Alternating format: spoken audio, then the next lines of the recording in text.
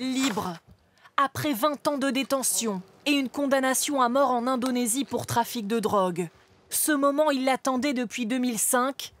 Serge Atlaoui, 61 ans, dans les bras de son avocat. Ah, c'est bon, surtout quand on le voit de cette manière-là. Sourire aux lèvres, l'homme est sorti de la prison de Meaux, où il était incarcéré depuis son retour en France, forcément très ému.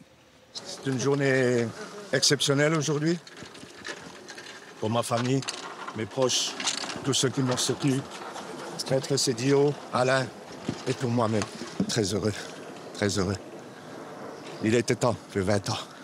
Le soudeur originaire de Metz avait été interpellé en 2005 en Indonésie, puis condamné à mort, accusé d'être le chimiste d'un réseau de trafiquants.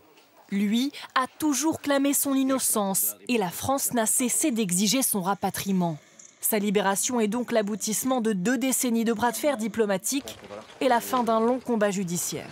Nous avons tous eu très peur à certains moments. Nous ne nous sommes jamais découragés.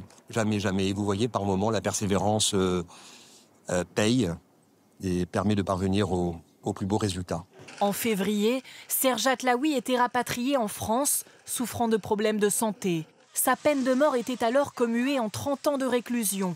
Il bénéficie désormais d'une libération conditionnelle, un soulagement pour sa famille. Après autant d'années d'avoir vécu dans le couloir de la mort, et de se dire qu'il est de retour, qu'il va être auprès de nous à nouveau dans notre quotidien, c'est tellement incroyable que je le réalise sans le réaliser. La libération de Serge Atlaoui est aussi une victoire pour les défenseurs de la lutte contre la peine de mort, dont il était devenu malgré lui l'un des symboles. Et puis on a appris